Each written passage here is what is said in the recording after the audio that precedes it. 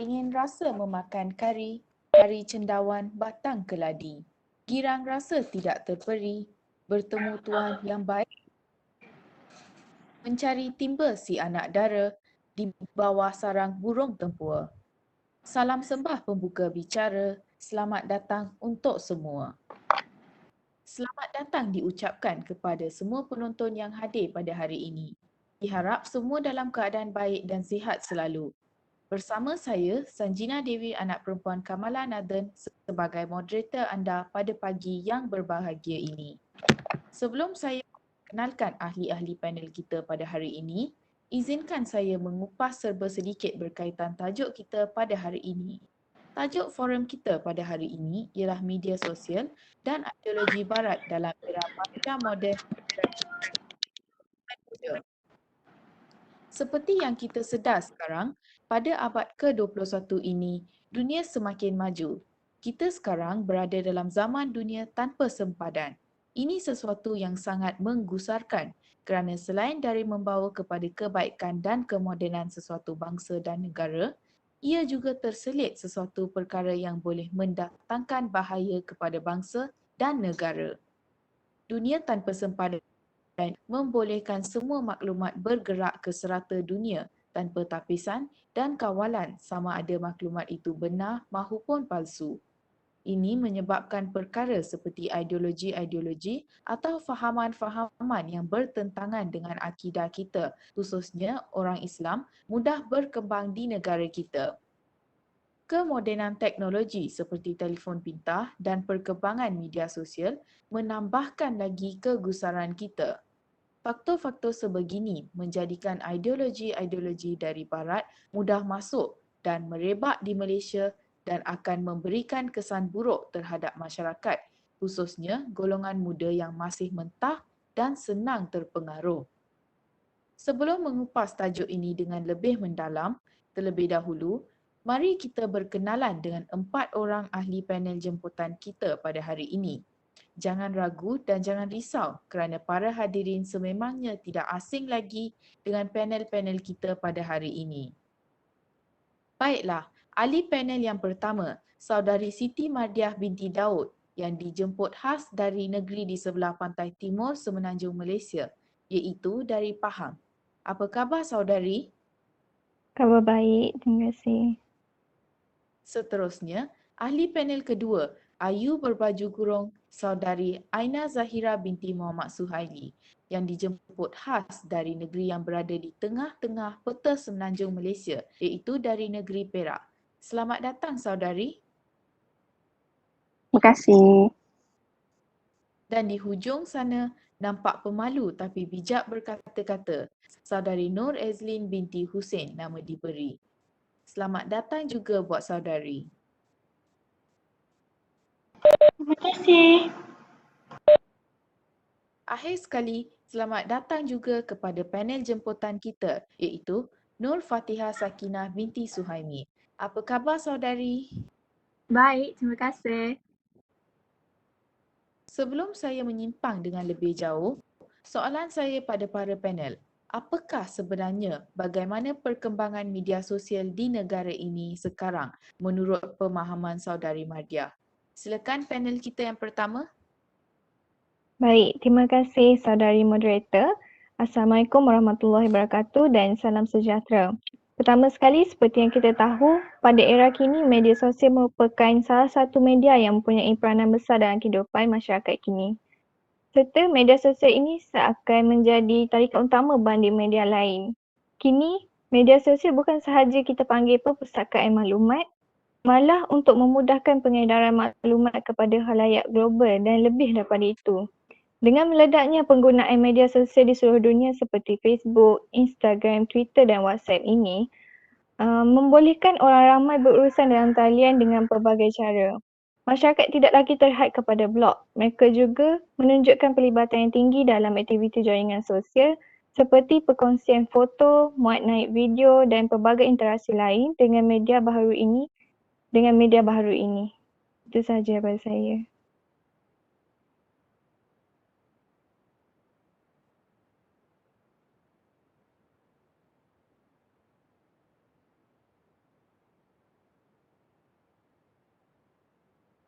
Terima kasih kepada saudari Madiah atas kata-kata yang penuh iltizam sebentar tadi. Seterusnya, mari sama-sama kita mendengar apa pula pandangan dari panel kedua kita, iaitu saudari Aina.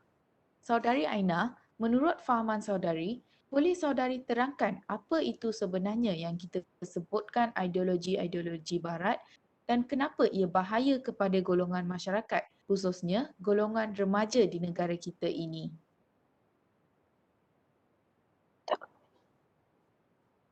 Okey, terima kasih diucapkan kepada Cik Moderator.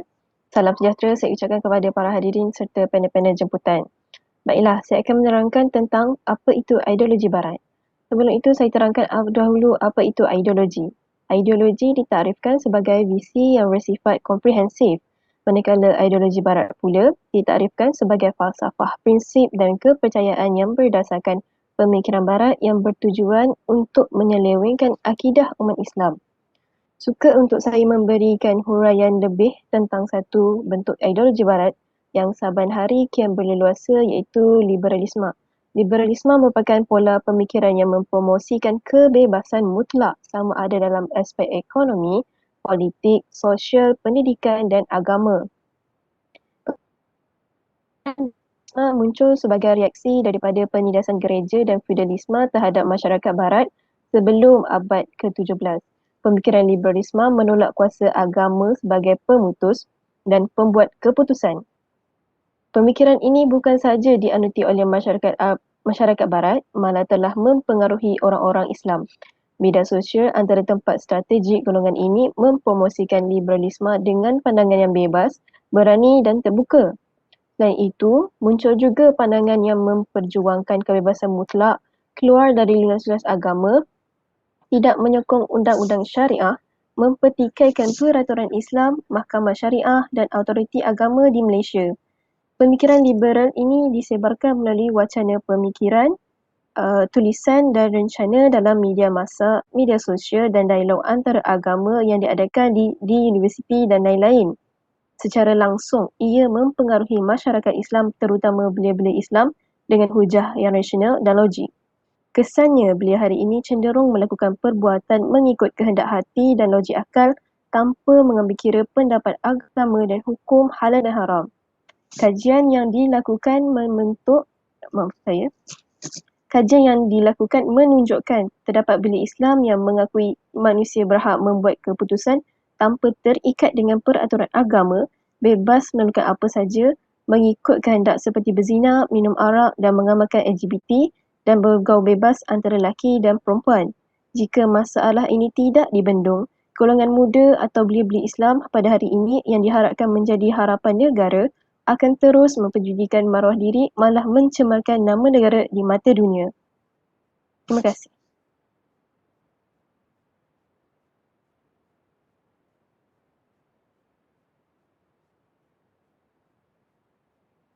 Terima kasih kepada saudari Aina atas pandangan yang sungguh signifikan sebentar tadi.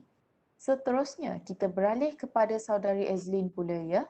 Saudari Azlin, setelah mendengar hujahan dari saudari Aina mengatakan yang ideologi-ideologi barat ini memberi kesan buruk kepada golongan remaja di negara kita, setujukah saudari Azlin jika saya katakan perkembangan media sosial yang pesat dalam era pasca moden di negara ini membawa banyak kesan negatif kepada masyarakat, khususnya golongan remaja di negara kita ini?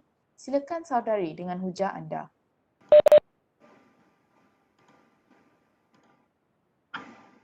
Terima kasih saudari moderator. Assalamualaikum dan salam sejahtera kepada panel-panel dan hadirin sekalian. Saya tidak setuju bahawa media sosial membawa keburukan dan ideologi sahaja. Penggunaan media sosial bergantung kepada kita. Di samping cabaran-cabaran dalam penggunaan media sosial yang dinyatakan oleh panel saudari Madiah, tidak dinafikan bahawa terdapat banyak kebaikan yang boleh didapati oleh pengguna-pengguna internet melalui media sosial. Antara kebaikan yang boleh didapati oleh pada media sosial seperti Facebook, Instagram dan Twitter adalah media sosial boleh dijadikan sebagai medan untuk perkongsian ilmu atau maklumat yang bermanfaat bersama rakan media sosial yang lain. Ini merupakan suatu kelebihan kepada pengguna-pengguna media sosial untuk bertukar-tukar pendapat selain menimba dan berkongsi ilmu baharu di laman maya. Para pengguna media sosial kebanyakan menerima maklumat yang memberi manfaat kepada diri kita. Sebagai contoh, Facebook memanfaatkan banyak halaman yang berkongsi ilmu-ilmu dan resepi masakan iaitu berguna kepada para suri rumah di luar sana. Apatah lagi, resepi makanan yang baru memberi idea dan kelainan untuk masakan seharian di rumah kita. Bab pepatah Inggeris, sharing is caring. Selain itu, media sosial juga berperanan untuk menjadi medan atau ruangan yang sangat penting bagi usahawan-usahawan untuk memasarkan produk jualan dan perkhidmatan yang ditawarkan secara talian. Dengan cara ini, ia memberikan kelebihan kepada usahawan-usahawan untuk beroperasi atau menjalankan perniagaan dari rumah atau di mana-mana sahaja. Memandangkan bidang perniagaan masa kini telah berkembang selaras dengan arus perkembangan dunia cyber tanpa sepadan yang tidak memerlukan usahawan mempunyai kedai atau secara fizikal untuk berniaga. Ini secara tidak langsung akan menjimatkan kos operasi usahawan tersebut dan selanjutnya mereka memaksimumkan keuntungan hasil daripada perniagaan yang dijalankan secara dalam talian menerusi pelbagai media sosial yang ada di dalam alam maya. Sekian daripada saya.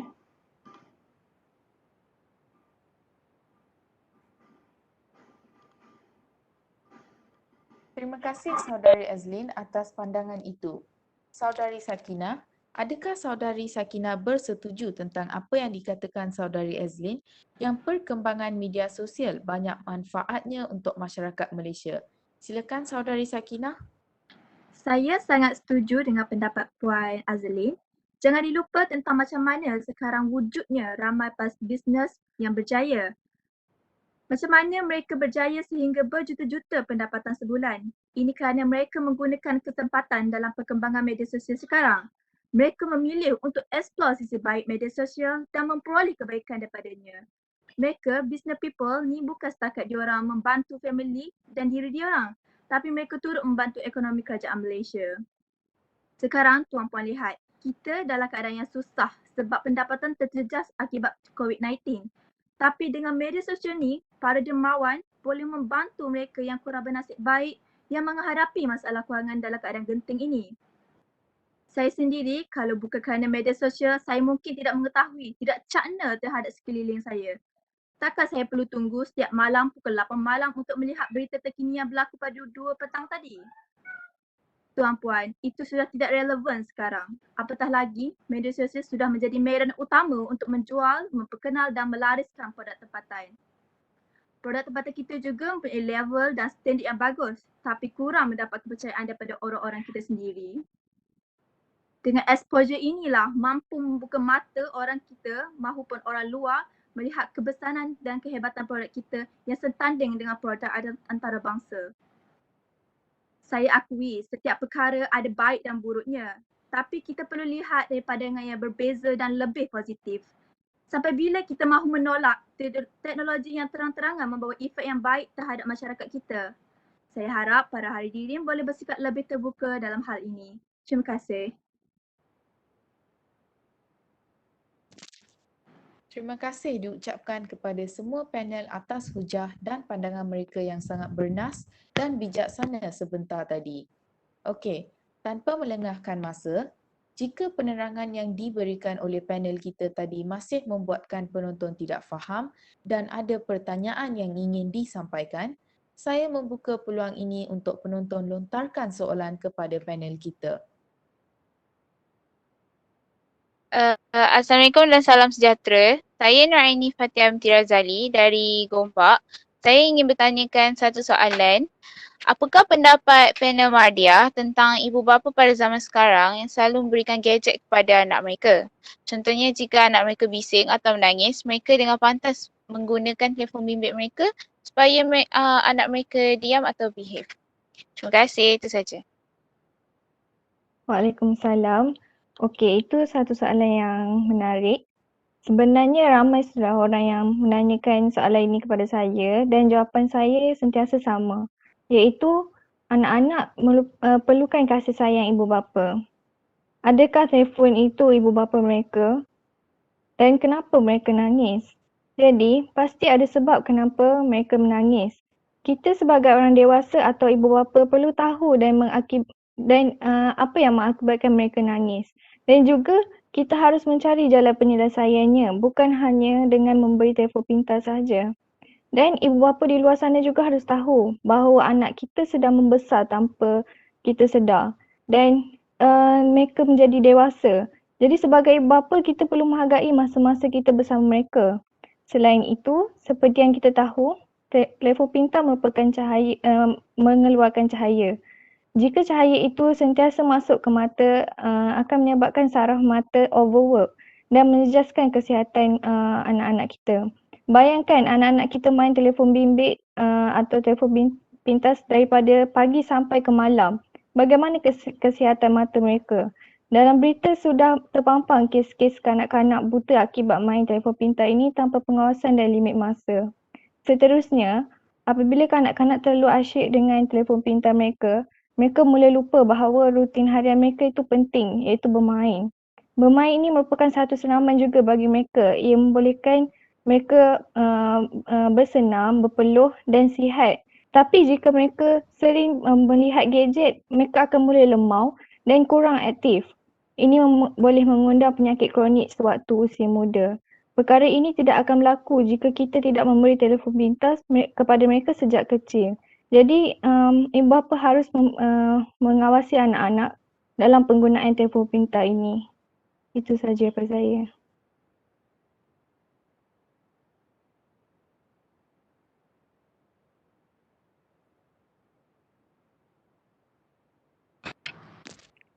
Soalan kedua. Okey, Assalamualaikum. Saya Siti Nusyairah daripada Kota Baru ingin bertanyakan soalan kepada panel. Pada pendapat panel, bagaimanakah kerajaan dapat mengawal penyalahgunaan media sosial dalam kalangan masyarakat? Okey, itu saja.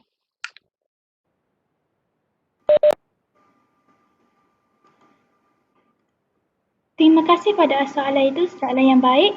Pihak polis Kediraja Malaysia PDRM bakal berdepan cabaran yang lebih hebat pada masa akan datang berikutan pelbagai taktik bahawa berkenaan jenayah cyber. Antara undang-undang yang sedia ada wujud di Malaysia bagi mengawal segala yang berlaku dalam dunia cyber ialah Akta Komunikasi dan Multimedia 1998, Akta 588 dan Akta Jenayah Komputer 1997 iaitu Akta 5563. PDRM boleh berkolaborasi dengan Suruhanjaya Komunikasi dan Multimedia Malaysia SKMM untuk mengambil tindakan tegas kepada individu yang menyalahgunakan rangkaian media sosial seperti melayari laman yang tidak sepatutnya dan juga meninggalkan komen-komen negatif di media sosial.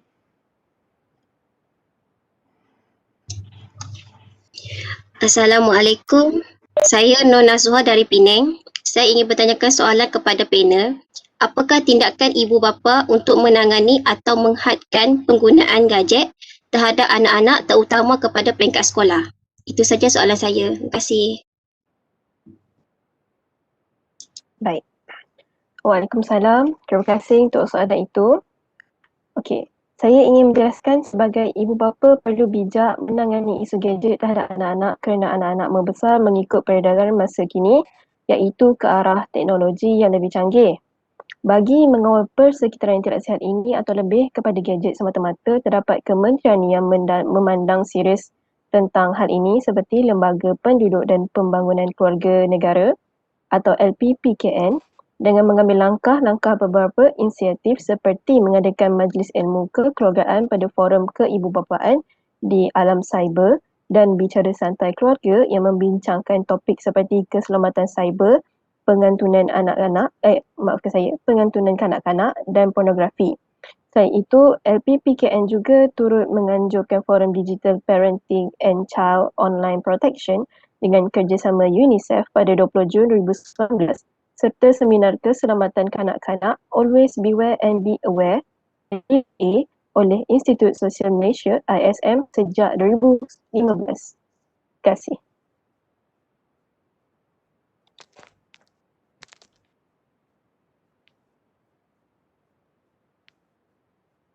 Setakat itu dululah persoalan kita hari ini. Terima kasih penonton yang menanyakan soalan sebentar tadi. Terima kasih juga diucapkan kepada semua ahli panel yang sudi hadir untuk membicarakan tentang media sosial dan ideologi barat dalam era pasca moden dan kesan terhadap golongan remaja. Semoga forum ini menjadi wadah dan melahirkan remaja mahupun individu yang cakna akan isu ini. Harapan saya agar forum ini juga mampu memberikan informasi bermanfaat buat semua hadirin yang dihormati. Terima kasih sekali lagi untuk semua ahli panel. Hadirin yang dihormati sekalian, inilah yang dikatakan, kalau berjalan dah sampai ke batas, kalau berkayuh dah sampai ke pulau. Kalau mendaki dah sampai ke puncak, kita juga telah sampai ke penghujung bicara. Entah sirih salah sarung, entah kata salah tutur, entah maksud sampai salam. Bunga dedap di atas para, anak dusun pasang pelita. Kalau tersilap tutur bicara, jemari disusun maaf dipinta. Pohon berangan tempat bertemu, girangnya rasa si anak dara. Baliklah Tuan membawa ilmu, binalah bangsa, bangunkan negara. Sekian forum ini daripada kami.